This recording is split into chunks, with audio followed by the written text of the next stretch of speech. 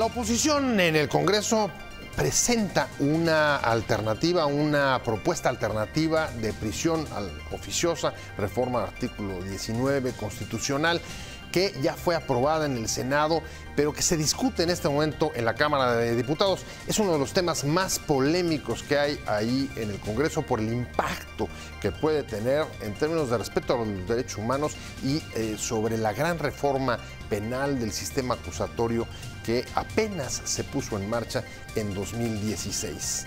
La pregunta es si la mayoría de Morena los va a escuchar, si va a atender la propuesta que ponga sobre la mesa la oposición. Soy José Buendía, le agradezco mucho que esté con nosotros en este programa en el que todas las ideas se pueden cuestionar siempre que se debatan. Le dejo mi Twitter, José Buendía MX, y ahora, si me acompaña, vamos a ver unos datos de la propuesta que acaban de presentar la oposición en el Congreso para arrancar acá en nuestro foro con el debate de hoy.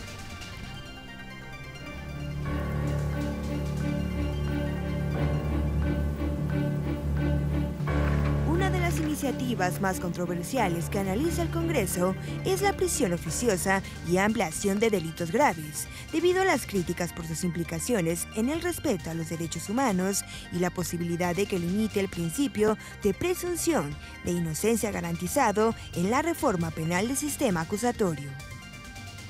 En medio de los cuestionamientos a la reforma oficial, diputados de Morena, Movimiento Ciudadano y PRD anunciaron que presentarán una propuesta alterna de reforma al artículo 19 de la Constitución sobre prisión preventiva oficiosa.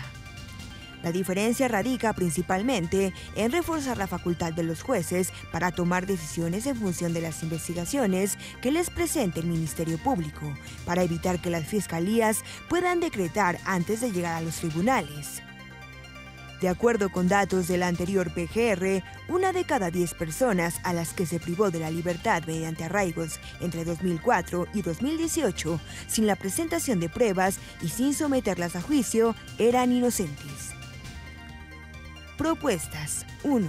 El presidente de la Junta de Coordinación Política de la Cámara de Diputados, Mario Delgado, aseguró que la reforma constitucional en materia de prisión preventiva oficiosa busca mejorar la capacidad del gobierno federal para perseguir los delitos que afectan a la sociedad.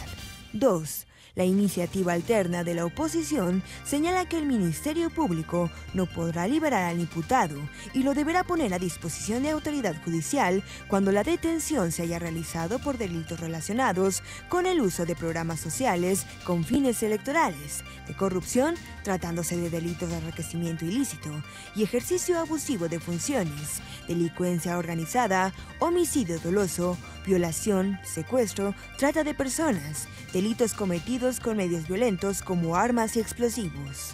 3. La directora de la organización México Unido contra la Delincuencia, Lisa Sánchez, dijo que en tan solo 2010 se ordenaron 1.679 arraigos por crimen organizado, pero apenas hubo 148 condenas por este tipo, lo que demuestra que no solo es un recurso que violaba derechos humanos, sino que además era ineficaz.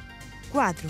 Por su parte, el abogado penalista experto de derechos humanos, Juan López Villanueva, el arraigo fue aberración que correspondió a un sistema penal arbitrario y apoyante que no estaba diseñado realmente para investigar, sino solo para perseguir supuestos delitos. Las 12,000 personas que fueron sometidas a esta medida son hoy un saldo vergonzoso. Con opiniones encontradas, muchas gracias por estar con nosotros. En el Congreso trabajan a todo vapor con el tema de la prisión oficiosa y la ampliación del catálogo de delitos graves. Una reforma constitucional al artículo 19 ya fue aprobada en el Senado, pero es una de las más polémicas porque se señala el temor de que pueda afectar o generar abusos a los derechos humanos por concretar, digamos, lo que algunos juristas han llamado una sentencia anticipada, al tratarse del encarcelamiento o privación de la libertad en automático sobre un catálogo determinado de delitos. La oposición ya presentó ahí una propuesta alternativa para tratar de completar la iniciativa que llegó, la minuta que llegó del Senado, y la pregunta, como le decía en la introducción, es si Morena, que la está defendiendo, la mayoría de Morena que la está defendiendo ahí en el Senado, la va a avalar o no, aunque hay que decirlo, la propuesta de la oposición fue firmada también por algunos legisladores de Morena. Me da mucho gusto, Ernesto López Auri, como siempre, que estés con nosotros. Muchas gracias, Pepe. Ex subprocurador en Oaxaca, y además acabas de participar. Pues mira, justo en el tema, justo en la carrera por la Fiscalía. Así es. Bueno, un placer tenerte aquí. Muchas gracias, Pepe. La prisión preventiva, a mí me parece que tenemos que dejar claro que es una medida cautelar, que para lo único que debería funcionar o servir es para garantizar los fines de proceso. ¿Qué implica garantizar los fines de proceso? Que la persona a la cual se le está llevando un proceso comparezca a todas las audiencias y al juicio. Y el otro supuesto es para la ejecución de la posible condena, no más. Para eso debe funcionar la prisión preventiva. La prisión preventiva no es ni una pena anticipada, ni tampoco es para evitar que se sigan cometiendo delitos. O sea, no debe de utilizarse de esa manera.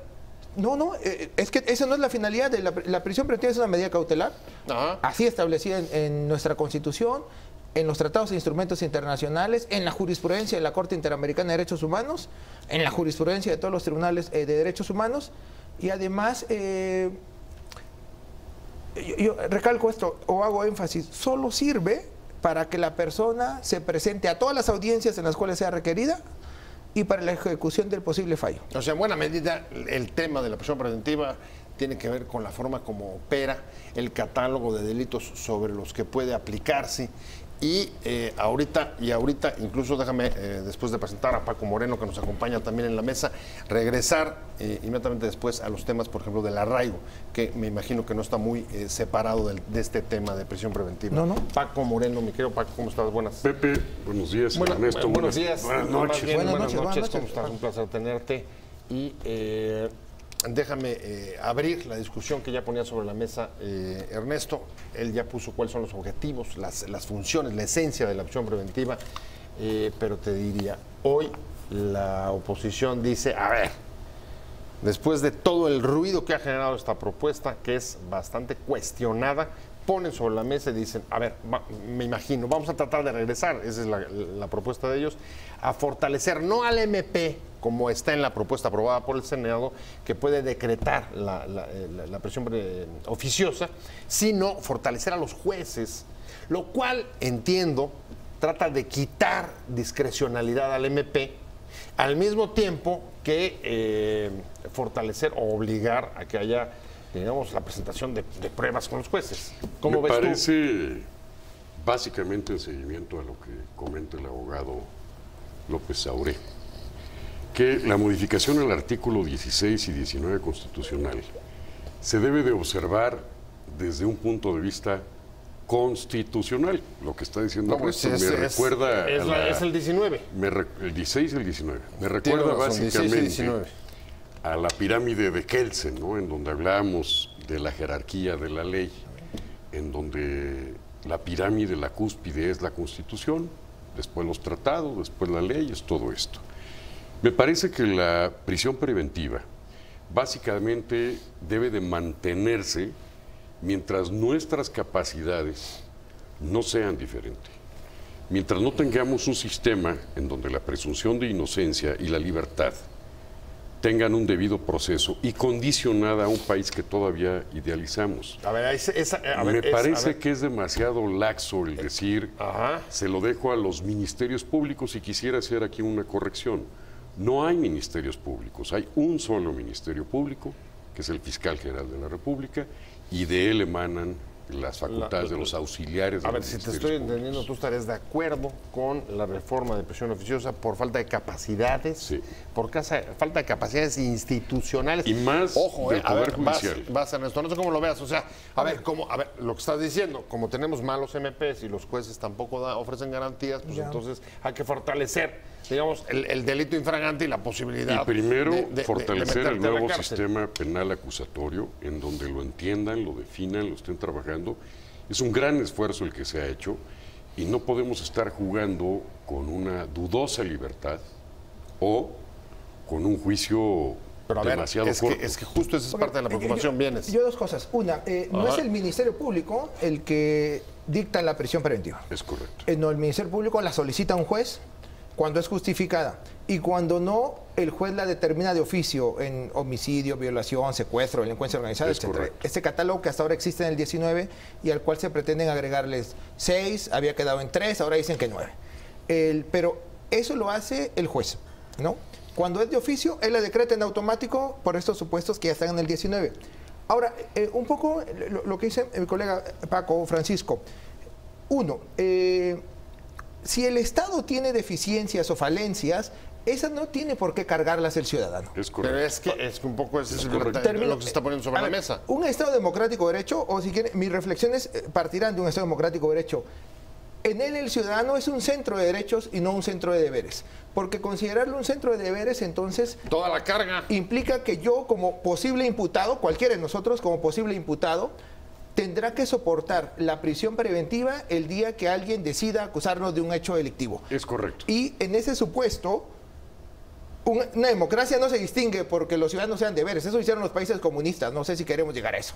Es que parece que para allá iríamos. Ahora, el problema es que ahí me estoy perdiendo porque, a ver, ustedes están aceptando, tenemos deficiencias institucionales en la Procuración de Justicia. Sí, no cabe la menor duda. ¿Eso justificaría para mí no. la aprobación de la prisión oficiosa o no?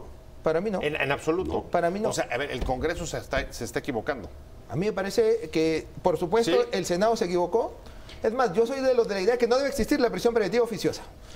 Toda prisión preventiva debe ser justificada por el Ministerio Público en una audiencia en la cual él acredite los 3 peligros. Internacionalmente solo proceden 3 casos: peligro de fuga, peligro de obstaculización de investigación de la verdad y peligro para la comunidad.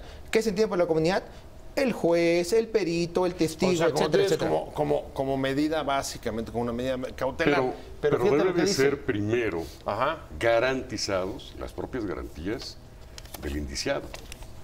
Y esto tendrá que obligar a que los jueces emitieran una sentencia con mayor prontitud o más acuciosamente. Yo no estoy de acuerdo en estas modificaciones que pretende hacer la Cámara, en virtud primero que es un tema tan fuerte, tan delicado, que habla de las garantías constitucionales, que debería de ser sometido no solamente al pensamiento de los legisladores, sino de los profesionales en derecho, los doctos en la materia. De lo contrario, pues van a levantar la mano todos felices y contentos y van a volver a poner en un estado sub iure al propio indiciado. A ver, pero, por ejemplo, un tema central de la justificación que está ofreciendo el gobierno a través de su partido en el Congreso, Mario Delgado dice: necesitamos esta reforma porque es la manera de lograr que el gobierno tenga una mayor eficacia en la ejecución, Morena, pero en la lucha contra la seguridad hay una división de poderes. Primero fortalezcamos ese poder judicial. No nos vayamos nada más con la idea de que es una cosa de un partido. Esto no puede verse desde el punto de vista político, tiene que ser analizado desde el punto de vista jurídico y sociológico. A ver, ¿eso significaría que no le conviene a Morena sacar la reforma sola? No, a mí, a ver... ¿Una reforma de esta trascendencia? ¿O cómo ves, Ernesto? Teóricamente se llama derecho penal simbólico. Yo intento decirle a los ciudadanos que estoy legislando en su beneficio. Y por lo tanto ahora aumento el catálogo de delitos que van a meritar prisión preventiva oficiosa o automática. Pero eso no implica que se esté combatiendo el delito. Es más, es mentira que eso genere impunidad. La impunidad se va a generar hasta el momento en el que se dicte una sentencia que determine la responsabilidad de la persona. Ahora, o sea, entonces no le creen al gobierno. El gobierno está diciendo: necesitamos esta reforma porque es la manera de lograr ser más eficaces en el combate al delito. Pero, a ver, ¿no es cierto? ¿Es falso? Es que esa eficacia, ¿qué implica? Uno, si me está diciendo que esa eficacia va a implicar que esas personas que en ese momento tienen la calidad de imputados y que solo hay un dato mínimo que los vincule con el hecho que les imputan, ¿me están diciendo que esas personas son culpables? Pues no, porque necesita un juicio previo, respetuoso de los derechos fundamentales, en el que un juez diga: claro, esa persona es culpable basado en la prueba que tú me produjiste. ¿Pero qué prueba? Ahora, pero no puede decir, es impunidad. ¿Por qué? Pues si esa persona es inocente. La presunción de inocencia tiene un aspecto político. Los 3 los 130 millones de mexicanos, somos inocentes hasta que un juez, mediante un juicio previo respetuoso de los derechos fundamentales, diga que soy culpable. Punto. Absolutamente. Entonces, a mí me parece derecho penal simbólico. Lo único que están haciendo es, estamos muy preocupados por ustedes, como cuando regulan el tema del feminicidio, estamos bastante preocupados por ustedes, y entonces vamos a crear una legislación que va a aumentar la prisión preventiva, pero tampoco va a aumentar en tanto. A ver, dos ejemplos que ellos ponen. Dos ejemplos muy concretos. Dicen, a ver, hemos agarrado a un número bastante elevado de personas en el combate al huachicol. ¿Y qué creen? Todos se nos fueron. A ver, más de 100 personas detenidas y todos han regresado a libertad. Delito del huachicol.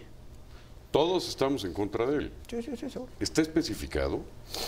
¿Existen las pruebas? Bueno, los datos? La reforma trata de especificarlo. Yo estoy muy de acuerdo en lo que dice Ernesto, porque tú no puedes legislar, y lo dijiste al principio, al vapor. Esto es una reforma de orden constitucional. Es una reforma de gran calado que amerita directamente las garantías de los individuos y los propios derechos humanos. No porque se me vayan, quiere decir que los estoy protegiendo, pero tampoco los voy a enjuiciar con una simpleza que le va a llegar al propio juez, y el juez, a la hora de emitir una sentencia. Debatiendo sobre la prisión oficiosa, muchas preguntas. ¿Impacta los derechos humanos? ¿Cómo afecta la reforma penal, el sistema de justicia controversial? ¿Hasta dónde es cierto el argumento de que es necesaria para elevar la eficacia del combate al delito? Me quedé contigo, Ernesto López Saure, y el tema era, a ver, el argumento que ponen en el centro hoy, por ser nada más de coyuntura, el huachicol. Dice, todos los que agarramos desde que empezó este combate en diciembre, los hemos tenido que soltar porque no ha habido capacidad institucional para articular una acusación. En apariencia es el 90% de las personas que son detenidas por el robo de hidrocarburo son dejadas en libertad. Que sean dejadas en libertad no implica que no se siga un proceso en contra de ellos. Tendríamos que ver por qué son dejadas en libertad. Uno, porque el Ministerio Público cree que no hay elementos para judicializarlo. Dos, porque un juez cree que no hay elementos para vincularlo a proceso. O tres, porque un juez cree que no es necesaria la prisión preventiva. O sea, son declaraciones que la están politizando. A mí me parece que sí. Luego hubo un periódico que lo cabeceó como 90% de impunidad. Me parece incorrecta, ¿no? O un poco de retórica. No es que haya impunidad, es que la persona nada más no se quedó en prisión preventiva. Eso no quiere decir que no se siga su investigación y en su momento sea acusada y sea procesada, sea juzgada y sancionada por el robo de hidrocarburo. Eso me parece que es otro tema. Eso no implica impunidad, porque el asunto no se ha resuelto. Ahora, hay un gran problema con el robo de hidrocarburo. Pues robo de hidrocarburo es todo. Imaginemos que detienen a un adolescente mayor de entre 14 y 16 años para que amerite prisión preventiva. ¿Con 1 litro? ¿Con 5 litros? ¿Con un bidón de 20 litros? Y sí, ¿cuál es la medida? Y eso va a ser suficiente. Y a ese adolescente entonces lo vamos a dejar en manos de ¿quién? De la delincuencia organizada, sujeto a posibles abusos sexuales. O sea, hay muchos temas ahí. No está claro. Me parece que no es la misma culpabilidad. Ver, si no está claro, el riesgo es alto. No, a mí me parece que hay un gran riesgo. Lo que dice ahora, nada más quiero dar unas cifras. Perdón, perdón, Paco.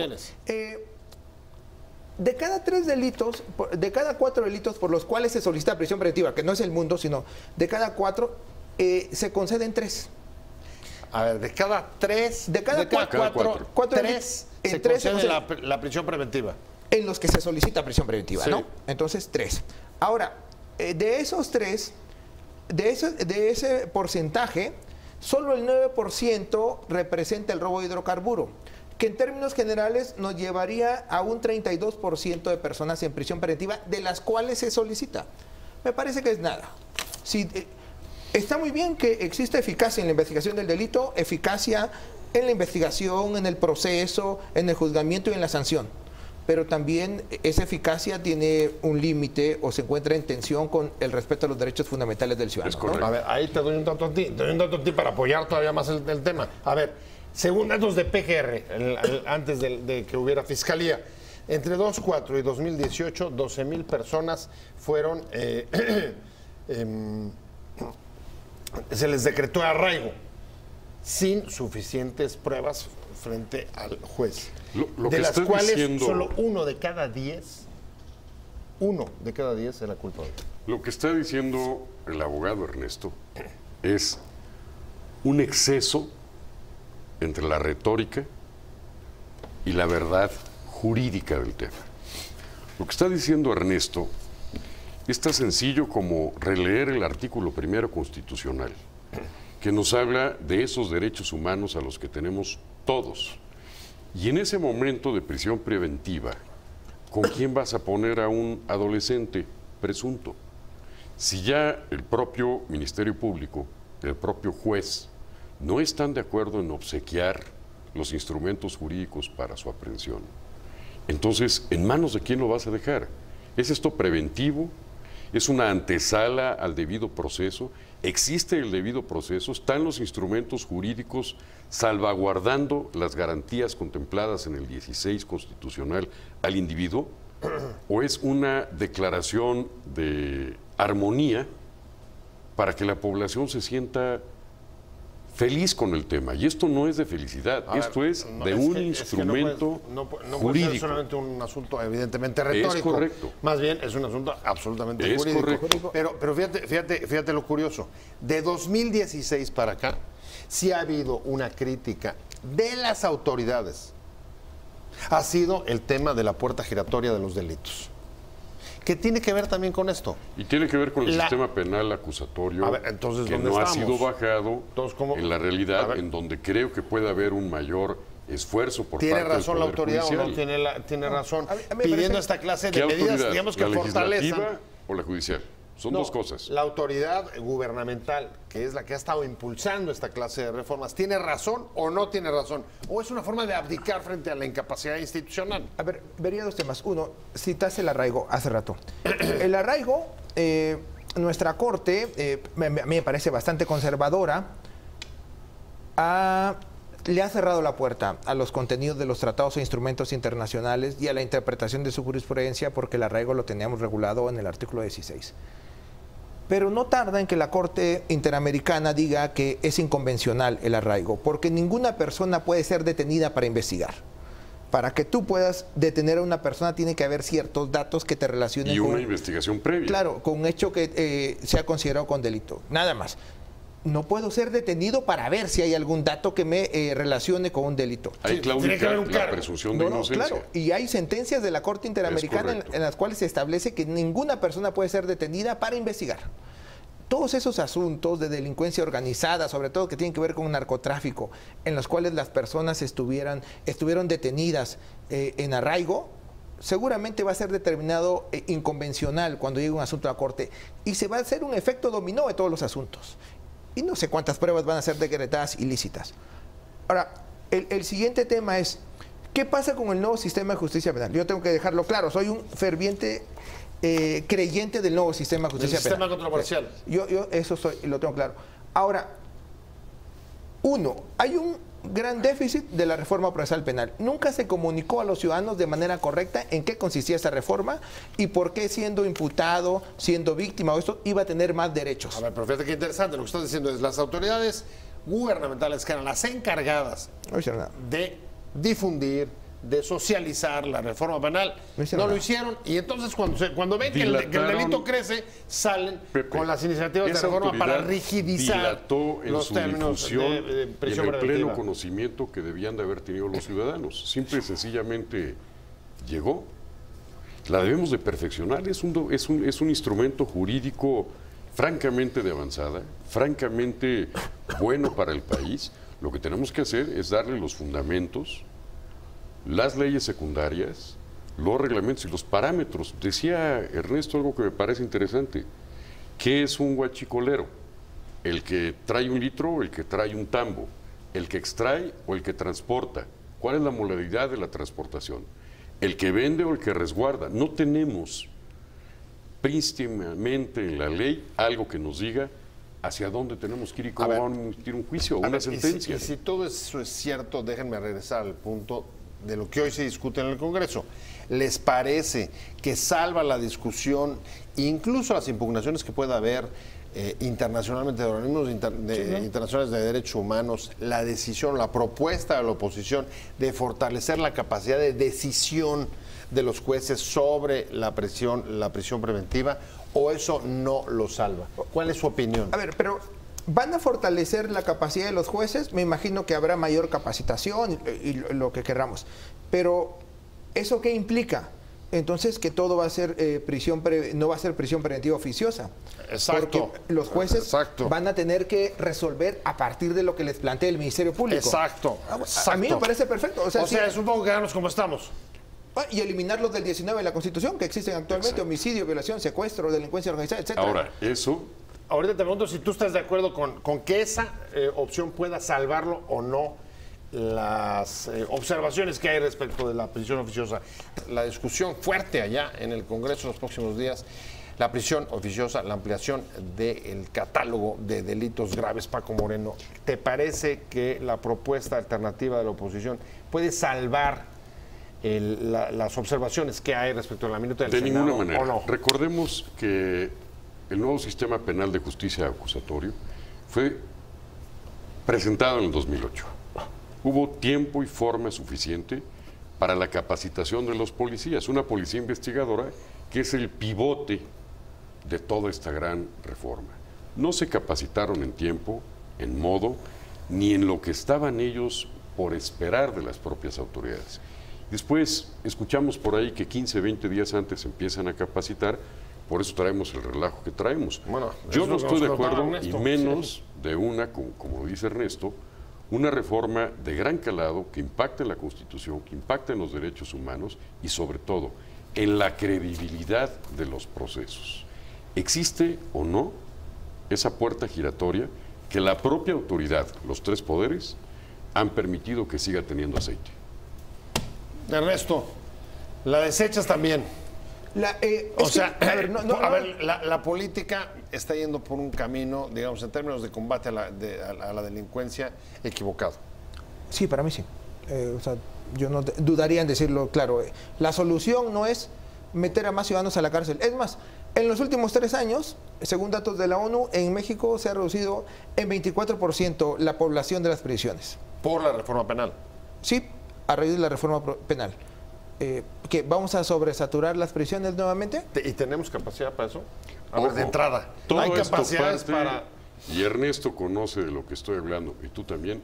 Todo esto parte del presupuesto. Para empezar a negociar, en el presupuesto de este año no existe la suficiencia presupuestal para echar a andar un programa de estos. ¿Cómo le vamos a hacer? Bueno, pues la perspectiva, y eso sí lo ha señalado organizaciones internacionales, la ONU, es la expectativa de que esto se traduzca en mayor población carcelaria. Claro. Terrible. ¿Podemos sostenerla? No. Porque tampoco va a ser reintroducirla a la sociedad. Vas a administrar un problema, lo vas a contener y vas a mezclar primeros o segundos infractores con cárteles que ya están más avesados en este negocio. Ahí va a ser la nueva universidad del crimen. Y mientras todo eso sucede, no puedo dejar de hacer una referencia rápida al tema. Mientras todo esto sucede, el señalado mayor líder del narcotráfico en nuestro país, juzgado en Estados Unidos, como hoy ha sucedido con la condena al Chapo. Ernesto, ¿cómo la ves, Ernesto? Ok, a mí me parece... era de esperarse un poco a partir de todo. Bueno, no sorprendió, está claro. Ahora, lo relevante es la información que tiene la Fiscalía, relevante para México. Ese es un ciudadano mexicano que seguramente será condenado a cadena perpetua el próximo 25 de junio, pero lo relevante para México es la información que se dio a conocer en ese juicio. Y hay información que vincula a políticos mexicanos, a autoridades mexicanas. Me parece que el Estado mexicano está obligado a recolectar, a recabar esa información y procesarla y ver si ahí puede verificarse. En ese juicio mencionaron ex procuradores, ex presidentes de la República. Sí, claro. Policías, dos. Ahora, el tema es que tenemos que tener claro que era la versión del pueblo de Estados Unidos en contra de Joaquín Guzmán Loera, y de testigos protegidos. Ahora, bueno, y hay que decirlo también de paso, curiosamente es un juicio en el que no vimos testigos, digamos, entre los aparatos de seguridad mexicanos. No había nadie. No. ¿Algún mexicano que haya participado en el juicio como sí, testigo? El Chapo. ¿Quién? Evidentemente, él no participó. No, bueno, pero el acusado. El hijo de... Del Mayo. Del Mayo, ¿no? Pero como Vicente. testigo protegido. Bueno, ¿no? Él se va a beneficiar. O sea, él se va a beneficiar. Hay dos cosas. Una, el gobierno mexicano, las autoridades mexicanas, la Fiscalía General de la República está obligada a recabar esa información y verificarla. Y la otra es que esa información fue dada a conocer por personas que van a tener un beneficio. Y cuando uno va a tener un beneficio, lo normal del ser humano es evitar el dolor. Nadie va a llegar y decir, sí, a mí deme 25 años de prisión, es evitar el dolor. No, y está claro, en apariencia... El dolor es evidente, el sufrimiento va a ser de acuerdo. Ahora ya me voy. Estará viciada, ¿no? ¿A dónde vamos? Pasó un poco de noche el juicio en México, ¿eh? Bueno, fue No nada más para subrayar lo que dice Ernesto. Importancia, ¿o sí? Contra el beneficio de una condena menor, van a decir lo que quieran. Sí. Cuando se tenga que investigar la licitud de esos pronunciamientos, va a detenerse otra vez el tiempo y no vamos a conocer la verdad jurídica de este hecho histórico. A ver, pero ustedes... Ahora, hay una verdad procesal en Estados Unidos de América. Y la cuestión será, a partir de esa verdad procesal, ¿va a investigar el gobierno de Estados Unidos de América, como ha pasado últimamente, a las autoridades mexicanas? ¿Y en su momento puede pedir extradición en contra de todas las personas que fueron imputadas ahí? ¿Y cuál va a ser la postura del gobierno? A ver, yo recuerdo, el fin del juicio es, señores, vamos por todos los cómplices que se han sido señalados. Eso es lo que declara. No, eso es lo que dijo. Eso es lo que dijo. ¿Se cumple o no se cumple? ¿Se cumple o fue una declaración solamente política o cuál la pretensión? Yo creo, jurídicamente conociendo el sistema americano con humildad, debe del juez tener los elementos suficientes para pronunciarse de esa manera. De lo contrario, le va a actuar en contrario sensu. Y no olvidemos, no olvidemos algo, Pepe. Ajá. El actuar en contrario sensu no solamente lo va a tener que probar, sino vamos a tener que dar una vuelta a todos aquellos que están haciendo apología del delito. Ese es un delito que hay que tener muy cuidado. Apología del delito, ¿a qué te refieres? Apología del delito. ¿Quién fomenta un ilícito? Yo te doy una menor condena, pero tú habla de esto y esto. ¿Está aprobado o no? Bueno, en el sistema americano o de Estados Unidos de América es muy común el testigo de la corona, ¿no? Que son estas correcto. Criterios de oportunidad y ellos se benefician, se quedan con el dinero, hacen mil cosas, que es lo más relevante para ellos, quedarse con grandes cantidades de dinero. Pero ¿cuántos se van a quedar de la fortuna del Chapo? Ya no me queda claro. El otrora hombre más rico del mundo, ¿lo es? Oye, ¿y ves tú algún ciudadano norteamericano implicado en este juicio? ¿Ves a alguien implicado en este juicio de nivel norteamericano? No, ¿Alguien va a reclamar nunca pasa, eso nunca pasa, seguro. y no pasará por lo menos en estos momentos, ¿no? Es correcto. Sí. Pues ahí está, vamos a darle seguimiento al tema. El Congreso parece que lo va a sacar. ¿Ustedes tienen alguna duda? No, en este momento histórico-cultural yo creo que la reforma va a salir y se van a restringir los derechos fundamentales de los ciudadanos todavía más. O sea, la cuarta T va a arrancar en términos de justicia con esos términos, junto con la Fiscalía, evidentemente. Sí. Me parece que sí va a salir. Me parece que las modificaciones están ya anunciadas y donde tenemos que tener el criterio jurídico suficiente y sustentado es a la hora de su aplicación, porque entonces vamos a tener cárceles más llenas o delincuentes menormente juzgados. Bueno, pues ahí está, Ernesto. La tendencia no parece muy que es optimistas a ninguno de los dos con este asunto. Bueno, sabemos cómo funciona un poco el sistema político, ¿no? O sea, la tendencia es que... Ya me voy. Me quedo Ernesto. 6 o 3, no sé. Ya me voy. Ernesto López Saure, gracias. Paco Moreno, gracias a los dos. Lo veo mañana aquí en Opiniones Encontradas a las 7. Buena tarde. Adiós.